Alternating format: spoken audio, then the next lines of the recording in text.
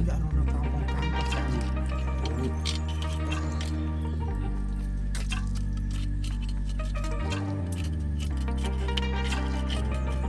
nó trên con màu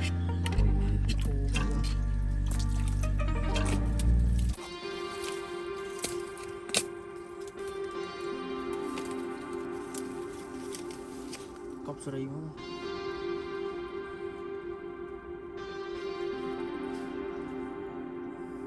ba không kịp đây á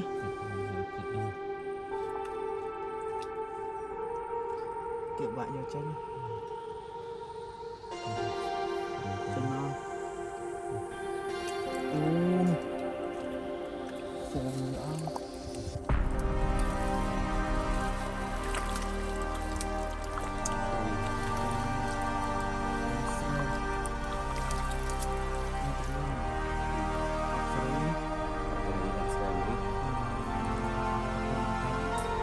chuyện nó chuyện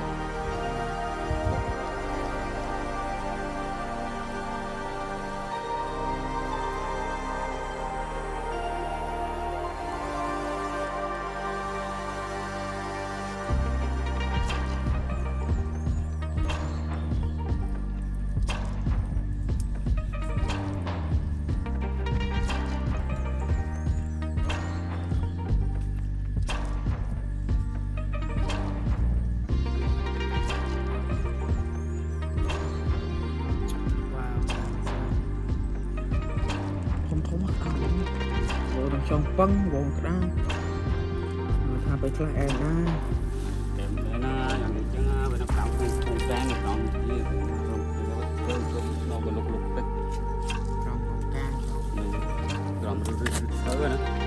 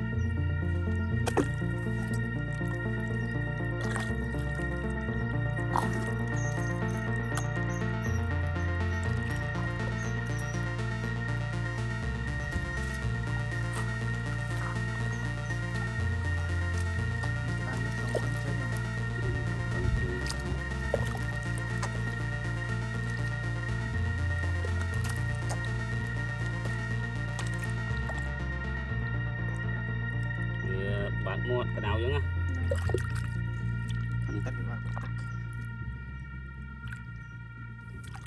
thùng thùng hay màu màu đó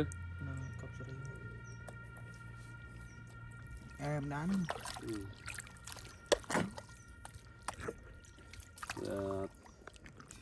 chào anh chụp bộ là nó bị phụ á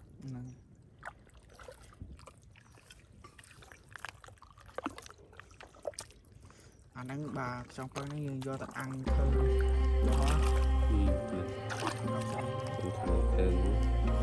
bà như do ta ăn bọc tóc hỏi á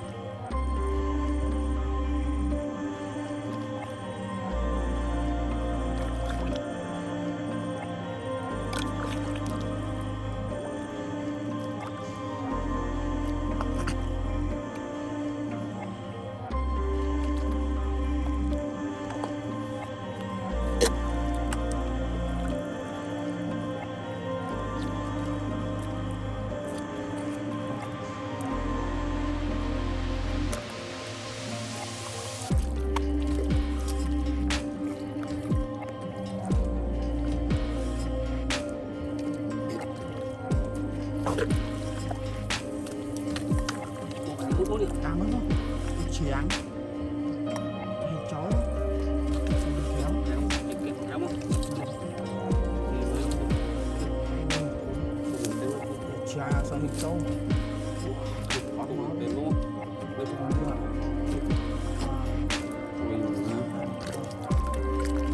Ôi mà, ôi đấy ui.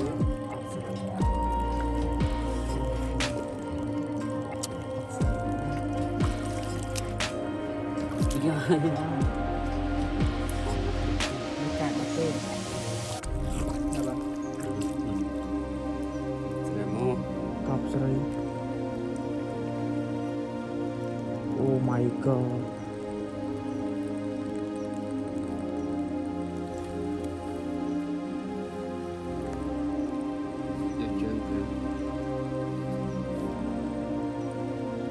Căn rì.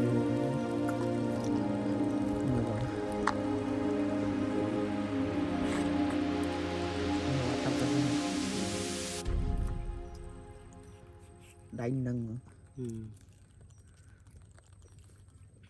Ôi má mình nó đam mình nó chọn bằng ôi vô. Ngày nay sẽ vài chất á. Bà nó nhiều vái mình nó cho mình nó có đam. Nâng tôi hot trên na cái dương nào là vài chất đấy. Hot trên nó cái dương nó to xuống đây nhá. Và nâng chia lùi của bao dương. Nè. Em sẽ ra. Cọp sẽ đi. Đừng phơ bao. Đừng phơ cho bọn. Ba cái đam thùng thúng á. Ba cái đam thôi anh em mình phơ với con ơi. Ba cái đam nó chọn.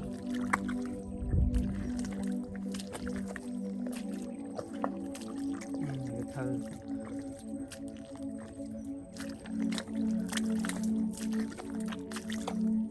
Cái kia đâu rồi? Chọn phát này. Vâng. Thôm dạ thôm đó.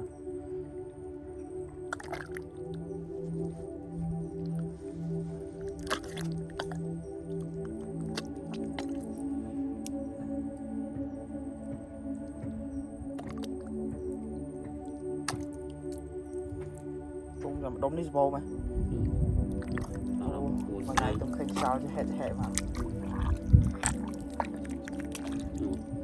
Trộm ra em sẽ nó chết.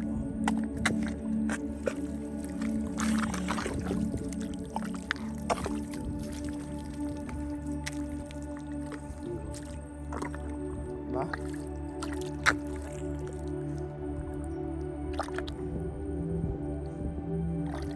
Ô sản trong bằng.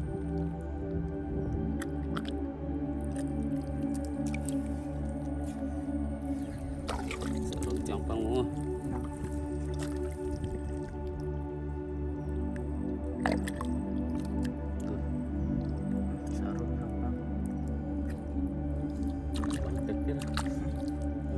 Hay lịch nô cọp rồi.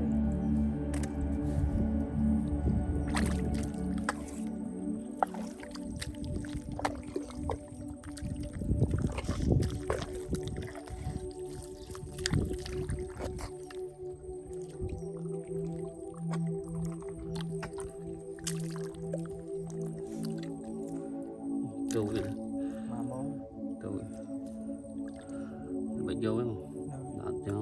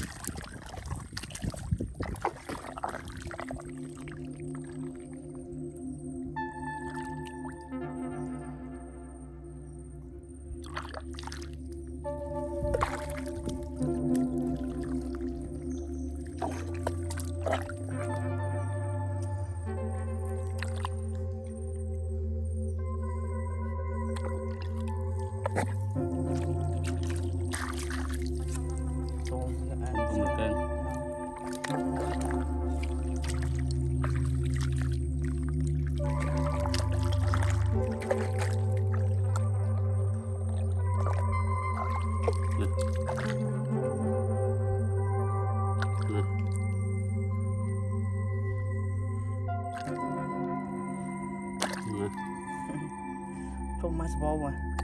Cái bộ xe nào đúng không? Này. Rồi.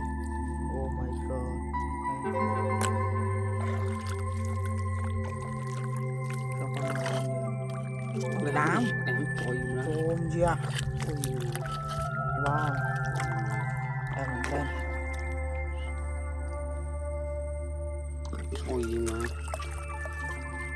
trôi nó không một tên đấy cọp sri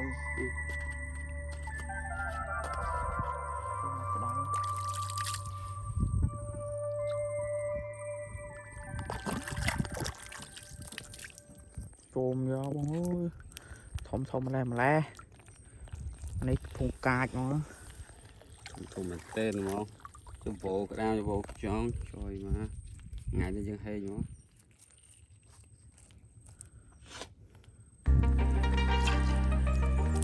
cọp sri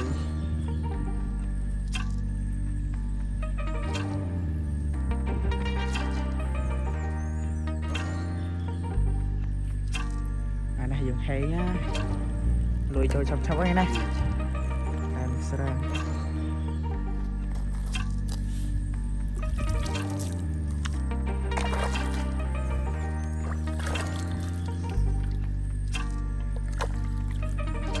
trong bộ hơi kia này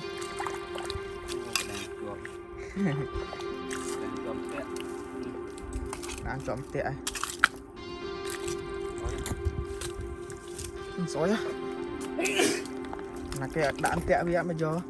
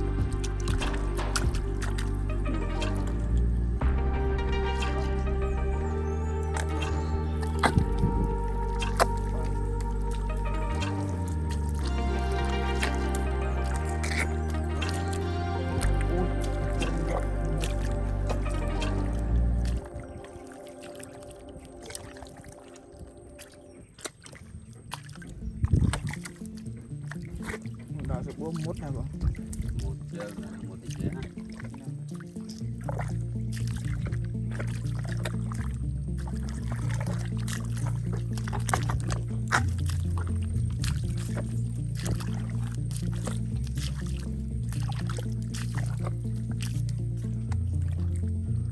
có mang đi đang cô bạn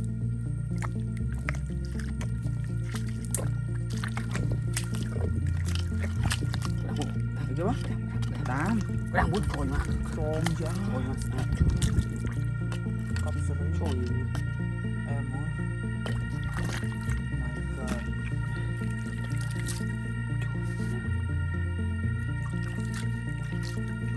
mà cọp phụ nó wow em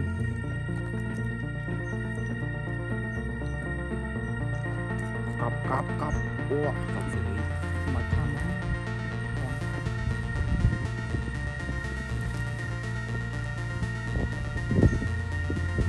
tự chào mà là hai không sụp vô sao vậy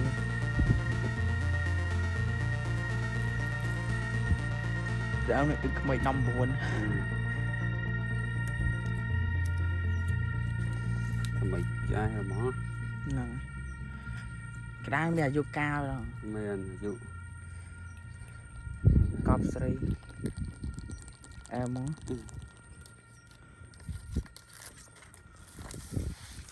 làm mà chia gì đấy muốn đâu bằng thường uống ta bò chiều phải ra thập lỗ đó rồi mực sai là trong quạt luôn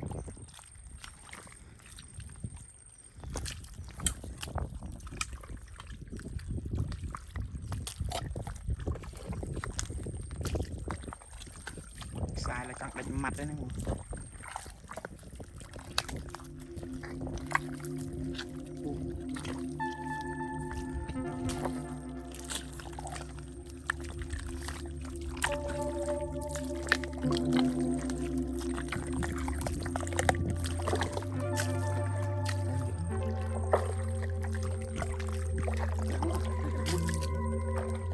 cọp sợi ôm cho nó can trôi mà trôi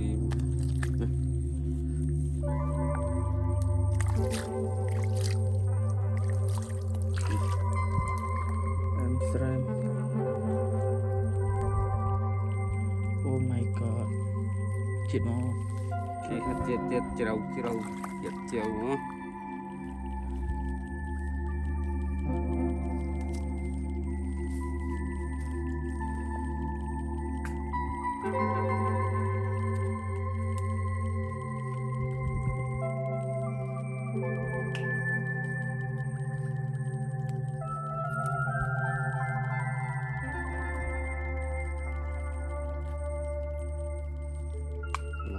tụi tên nó wow em sợi cọp sợi